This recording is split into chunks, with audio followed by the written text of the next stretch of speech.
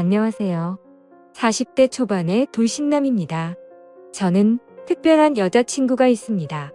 친구에게도 말 못할 비밀스러운 연애를 하고 있습니다. 자랑하고 싶어서 이렇게 사연을 보냅니다. 저는 20대 후반에 결혼을 하고 30대 초반에 이혼을 했습니다. 전처와는 장기간 연애를 했고 그래서 결혼 생활이 순탄할 줄 알았습니다. 하지만 연애는 상상이었고 결혼은 현실이었습니다. 연애 때는 몰랐던 것들이 결혼 생활하면서 하나 둘씩 보이고 아무것도 아닌 거에 부딪히기 시작했습니다. 용변 후 변기 뚜껑 처리 문제, 치약자는 문제 등 매사에 트러블이 많았습니다. 물론 부부끼리는 조금씩 양보를 하면서 고쳐야 하는 게 맞다고 생각합니다.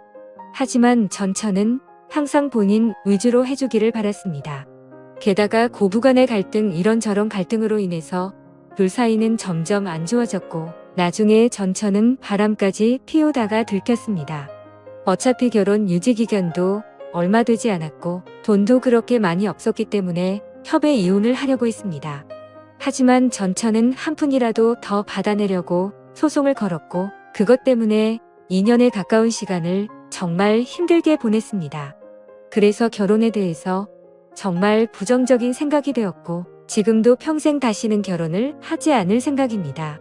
이혼을 하고 처음에는 여자를 만나는 것도 싫었습니다. 그렇게 오랜 기간 사귄 전처랑도 트러블이 잦았던 것에 대한 스트레스도 있었고 전처와 오랜 기간 사귀면서 다른 여자를 만나지 않다 보니 처음부터 다시 시작해야 하는 것에 대한 두려움도 있었습니다. 처음에는 정말 몇 년 만에 혼자라는 게 좋아서 혼자 하고 싶었던 걸 다 하면서 시간을 보냈습니다. 여자 생각이 날 때는 혼자서 위로를 하거나 돈으로 여자를 안았습니다. 하지만 어느 순간부터 그런 삶의 현타가 왔고 연애는 해야겠다고 생각했습니다. 제 나이가 아직 젊어서 풀지 못하다 보니 스트레스가 쌓여만 갔습니다. 요즘은 어플이 정말 잘 되어 있습니다. 특히 저처럼 이혼 남녀들이 많은 어플이 있는데 그곳에 가입을 했습니다. 대부분의 어플이 그렇듯 남자는 돈을 내야 하는 시스템이었는데 어차피 혼자 살다 보니 돈을 쓸 때도 많이 없어서 현금 결제를 했습니다. 이 어플이 좋은 게 사진도 있고 각자가 원하는 상대방의 조건, 성격, 지역 등이 나와 있었습니다. 처음에 며칠간 매치되는 여성들은 얼굴이 정말 아니거나 얼굴이 괜찮은 분들은 기독교 흡연을 하는 여성들이었습니다. 그냥 자연스러운 만남을 해야 하나 하고 생각하던 자에 괜찮은 여성분이 보였습니다. 슈퍼 오케이라는 돈이 많이 드는 시스템을 사용해서 쪽지를 보냈고 다행히 여성분이 수락을 해서 연결이 되었습니다.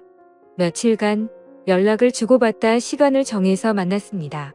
사진에는 정말 예쁘게 보였었습니다. 단아한 얼굴에 조신해 보이는 모습이었습니다. 어플 보정을 어느 정도 감안하기는 했지만 직접 만나보고 많이 실망하기는 했습니다. 사진이랑 너무나도 달랐습니다. 대화를 나눠보는데 대화 자체는 나쁘지 않았습니다. 그렇게 마음에 들지는 않았지만 애프터를 했고 그렇게 사귀기로 했습니다. 같이 데이트도 하고 여행도 하고 안기도 하면서 즐거운 나날을 보냈습니다. 하지만 석연치 않게 사귀다 보니 그 만남은 결국 오래가지가 않더라고요. 그러던 중 일이 벌어지고 말았던 거죠. 저에게는 친한 친구가 집 근처에 살고 있었습니다. 그래서 자주 그 친구랑 술도 먹고 그 친구네 놀러 가기도 했습니다. 그 친구 재수 씨는 나이도 어리고 정말 예뻤습니다. 친구 아내는 저보다 7살이나 어렸습니다. 게다가 성격도 애교가 많고 싹싹해서 그 친구네 집에 갈 때는 항상 재수 씨가 좋아하는 음식을 사서 갔습니다. 친구 결혼식 때 얼핏 뵙기는 했는데 친구 장모님은 정말 미인이십니다. 나이도 많이 젊어서 저랑 몇 살 차이나 보이지 않았습니다. 나중에 알고 보니 재수 씨 아버님이 재수 씨 어렸을 때 재혼을 한 것이었고 친엄마랑 다름없이 재수 씨를 키웠다고 했습니다. 그래서 친구 장모님은 친구 아내보다 21살밖에 많지 않았고 우리보다 14살밖에 많지 않았습니다. 하지만 피부도 좋고 얼굴도 예쁘고 몸도 날씬하고 잘 꾸며서 그런지 저랑 5살 정도밖에 차이나 보이지 않았습니다. 결혼 초부터도 친구네 신혼집에 가끔 가기는 했습니다. 친구가 결혼한 후 1년 정도 후에 친구 장인 어른이 갑자기 돌아가셨습니다. 친한 친구이기에 장례식장에 가기도 했고 발인날에 온구도 도와 친구를 위해서 정말 최선을 다했습니다. 장례가 끝나고 몇 주 후에 친구에게 연락이 와서 밥을 먹기로 했습니다. 장례식 때 도와준 걸 자신의 장모님이 너무 고맙게 생각해서 친구 집에서 밥 한 끼 먹자고 하셨다고 했습니다. 장소는 비록 친구 집이었지만 친구 장모님이 손수 음식을 해주셨습니다. 나이는 저보다 그렇게 많지는 않지만 그래도 오랜 기간 주부로 지내셔서 그런지 정말 음식 솜씨가 뛰어나셨습니다. 결혼식 때 잠깐 뵙고 장례식장에서 초췌한 모습만 봤는데 그날 친구 장모님을 보니 정말 뛰어난 외모를 가지고 있으셨습니다. 친구 아내도 예뻤지만 친구 장모님이 정말 아름다우셨습니다. 사위 친구니 저를 사위처럼 대해주시기는 했지만 저는 약간 여자로 느껴지기도 했습니다. 친구는 예쁜 아내도 있고 젊고 아름다운 장모님도 있다는 게 부러웠습니다. 그렇게 좋은 시간을 가지고 몇 년 지났을 때였습니다. 친구는 그 사이에 아들을 낳았는데 아들이 돌이 지나자 재수 씨가 복직을 해야 해서 장모님이 집에 와서 봐주신다 했습니다. 친구 아들이 너무 어릴 때는 한 번도 찾아가지 못했지만 돌잔치를 기점으로 친구도 시간이 많아져서 종종 밖에서 보기도 했고 2차로 친구네 집에 가기도 했습니다. 물론 아이가 아직 어리니 조심스럽기는 했는데 재수 씨도 저를 좋게 보고 있었고 친구 장모님도 저를 좋게 보고 있었습니다. 항상 갈 때는 재수 씨와 장모님이 좋아하시는 음식도 사가지고 가거나 배달을 시켜주었고 아직 어리지만 조카 용돈이나 선물도 가지고 갔기 때문에 너무나도 환대해줬습니다. 처음에는 아무래도 사위 친구다 보니 어색한지 장모님은 방에 들어가셨습니다. 하지만 시간이 지나자 같이 술 한 잔씩 하기 시작했습니다. 장모님도 술을 좋아하시는데 손자 때문에 많이는 안 드셨지만 그래도 맥주 몇 잔씩 드시며 좋아하셨습니다. 그러면서 제 결혼 생활이나 연애에 대해서도 물어보시며 혼자 사는 것에 대해 진심으로 걱정을 해주셨습니다. 어느 순간 친구를 통해서 반찬도 보내주시고 더 자주 초대해 주셔서 저녁을 대접해 주기도 했습니다. 그럴수록 친구 장모님이 너무나도 괜찮아 보였고 얼굴을 자주 봐서 그런지 정이 들기 시작했습니다. 여자친구와 트러블이 많고 스트레스를 받을 때 장모님은 너그럽고 인자한 성격으로 저의 스트레스를 보듬어 주셨고 그럴수록 점점 친구 장모님이 좋아지기 시작했습니다. 집이라서 편하게 입고 화장도 많이 하지 않은 얼굴이었지만 그래도 너무 예뻐 보였습니다. 여자친구 외모와는 비교가 되었습니다. 그럴수록 틈만 나면 친구에게 연락해서 친구네 집에 놀러 갔고 그러다 보니 더 자주 보면서 친해지게 되었습니다. 여자친구와는 결국에는 헤어졌습니다. 어차피 앉는 것도 눈치 보면서 안아야 하는데 데이트 비용은 또 제가 거의 다 내야 했기 때문에 돈을 써서 젊고 예쁜 여자를 만나는 게 더 낫다는 생각이 들었습니다. 그리고 마음에 친구 장모님이 한번 자리 잡고 나니 여자친구가 마음에 들지 않았습니다. 친구 장모님을 따로 만날 기회가 없었고 항상 친구나 재수 씨와 함께 봤기 때문에 제 마음을 표현하기는 힘들었습니다. 어떻게 연락처를 가지고 있기는 했지만 가끔 안부식으로 몇 번 연락을 한 게 다였습니다. 그러다 어느 날 기회가 왔습니다. 친구가 아내와 아들을 데리고 며칠 해외여행을 간다고 했습니다. 장모님에게도 같이 가자고 했지만 새 식구 오붓하게 다녀오라며 자신은 좀 쉬기도 하고 친구들도 만날 거라고 했다 했습니다. 저는 그게 기회라고 생각해서 따로 친구 장모님을 만나기로 했습니다.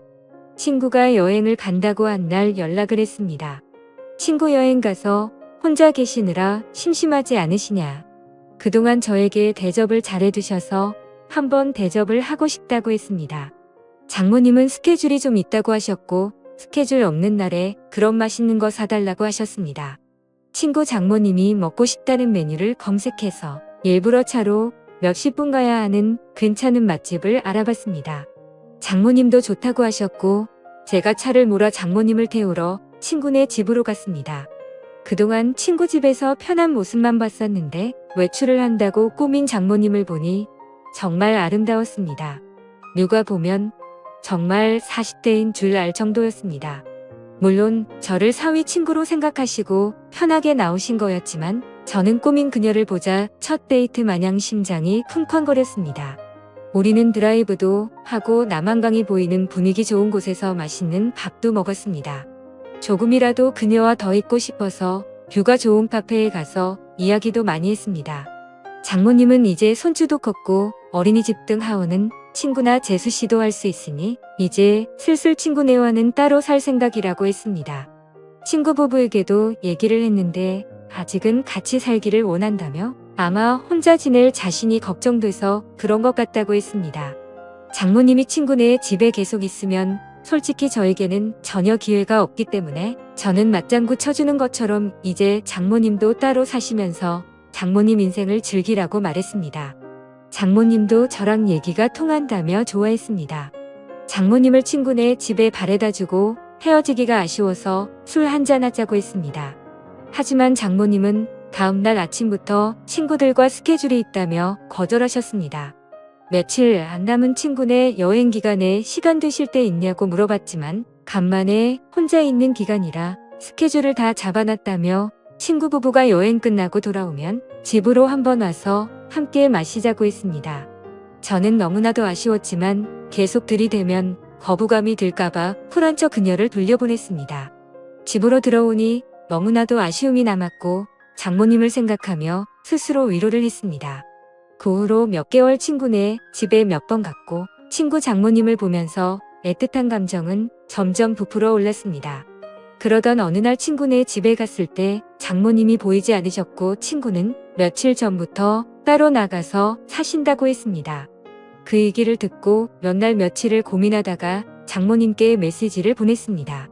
나가 사신다는 얘기 들었다며 괜찮으시냐고 안부를 물어봤고 장모님은 손주가 눈앞에 아른거리지만 시간적 여유도 있고 육체적으로도 편하다고 했습니다.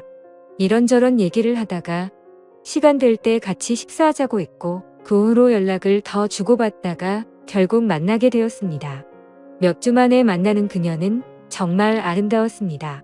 첫 데이트 때보다 더 아름답게 입고 왔고 그 모습에 눈에서 하트가 뿅뿅하는 걸 느낄 수 있었습니다.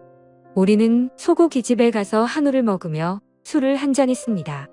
그녀는 다음날 스케줄이 없다며 오랜만에 술을 실컷 마시고 싶다고 했습니다. 고기며 분위기며 모든 게 다 좋으니 술은 술술 들어갔고 장모님도 저도 술에 좀 취했습니다. 장모님은 은근히 제 마음을 알고 있다는 표현을 하면서도 자신이 나이도 있고 관계가 친구 장모님이니 그런 생각은 접으라는 식으로 말했습니다.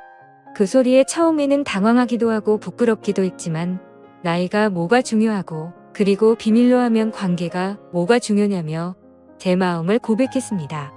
어차피 이렇게 끝이 날 거면 제 마음이라도 고백해야 한다고 생각했습니다.